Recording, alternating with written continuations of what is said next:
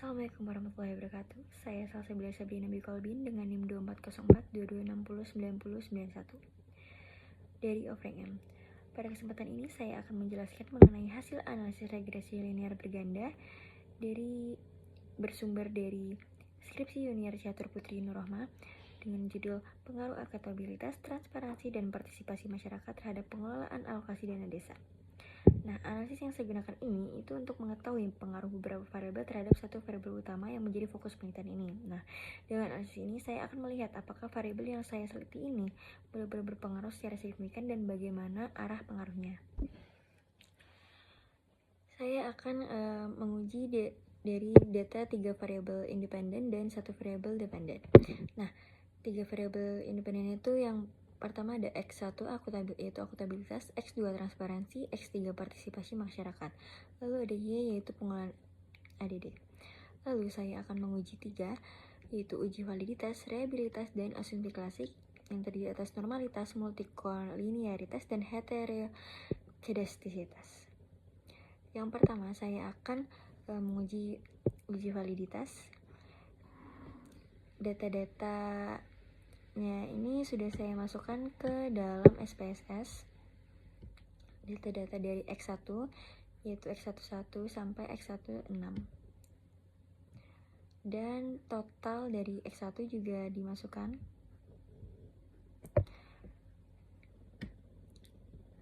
Jangan lupa di bagian variable view, di bagian measure, di sini ubah ke scale. Lalu pilih ke analyze, setelah itu correlate, lalu bivariate. Setelah itu tampilannya akan seperti ini. Oke, setelah itu kita masukkan X11 sampai X16 lalu total ke variables, lalu kita centang percent, totality, dan flag significant correlation, lalu kita pencet OK. Lalu akan keluar outputnya seperti ini. Nah, dari hasil ini menunjukkan bahwa seluruh item pernyataan ini memiliki nilai signifikasi kurang dari 0,05-nya. Jadi sehingga ini dinyatakan valid.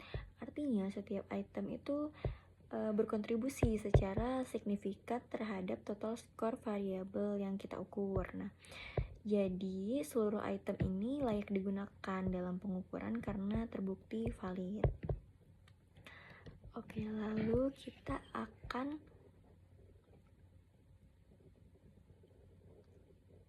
masuk ke uji reliabilitas.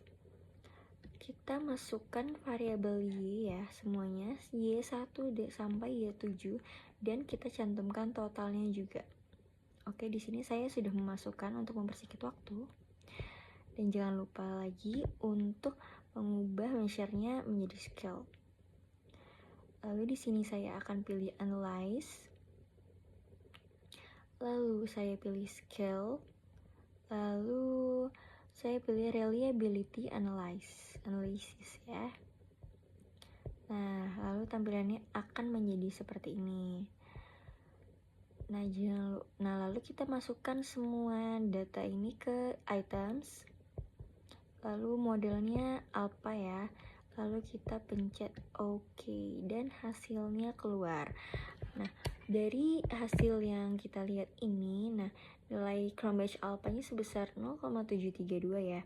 Yang berarti bahwa instrumen ini memiliki tingkat konsistensi internal yang baik.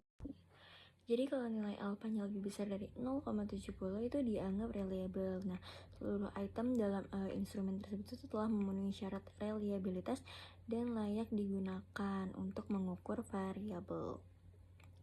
Nah, lalu kita akan masuk ke uji selanjutnya, yaitu uji asumsi klasik yang terdiri dari 3 uji. Yang pertama, uji normalitas, uji multikolinearitas, lalu heterokedastisitas. Nah, untuk uji asumsi klasik kita masukkan data-data dulu ya. Nah, ini sudah saya masukkan. Di sini ada 4 variabel yaitu X1, total dari X1, X2, X3, dan Y. Nah, yang pertama kita pilih analyze, lalu regression, lalu linear. Nah, lalu tampilannya akan seperti ini. Nah, kita masukkan variabel Y ke dependent, lalu variabel X semuanya ke previous. Lalu kita pilih di bagian statistik ini, kita centang bagian estimate, model fit, selection, lalu continue ya. Lalu kita pilih di bagian plots-nya ini, jangan sampai salah, variabel Y-nya ini kita pilih yang SRE-SID ini. Lalu di variabel X-nya itu ZPR-ED. Lalu kita pilih continue. Lalu kita masuk bagian save, kita centang di bagian unstandard. Lalu kita centang include-nya ya. Lalu continue. Maka hasilnya akan jadi seperti ini. Nah, jadi kita akan uji normalitas. Nah, uji normalitas itu kita menggunakan metode Kolmogorov-Smirnov. Jadi kita pilih analyze, lalu non-parametric test, lalu kita pilih legacy dialogs, lalu kita pilih yang satu sampel ini,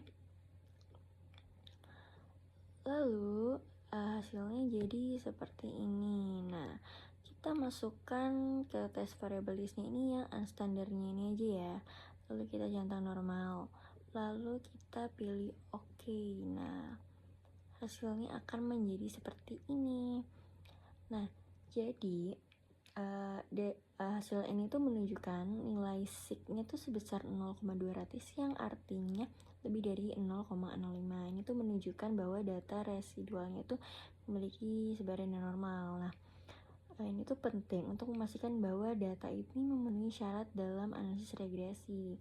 Karena nilai sig lebih dari 0,05 maka data dianggap normal dan bisa digunakan untuk analisis.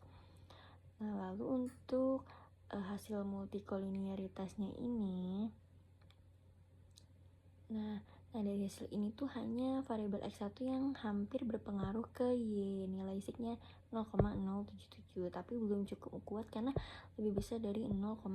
Nah, variabel X2 dan X3 itu tidak berpengaruh karena nilai sig-nya itu jauh lebih besar dari 0,05. Nah, ini tuh berarti hanya X1 yang mungkin punya pengaruh terhadap Y, sedangkan X2 dan X3 itu tidak.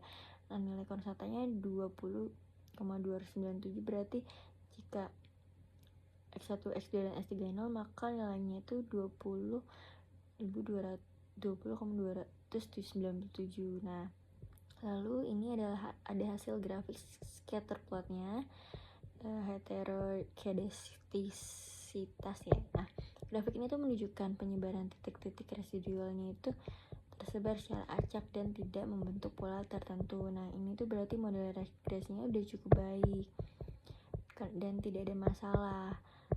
Jadi model dianggap memenuhi syarat untuk analisis. Nah, lalu kita masuk ke hasil analisis regresi linear bergandanya. Nah, kita balik ya.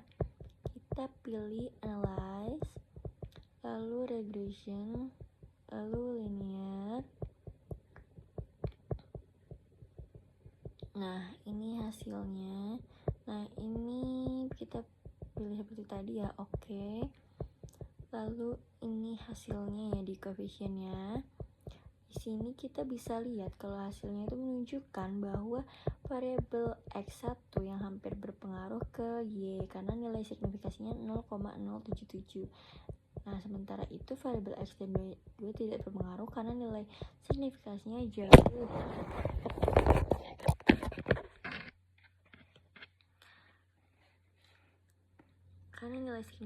jauh dari 0,0 yaitu 0,407 dan 0,942.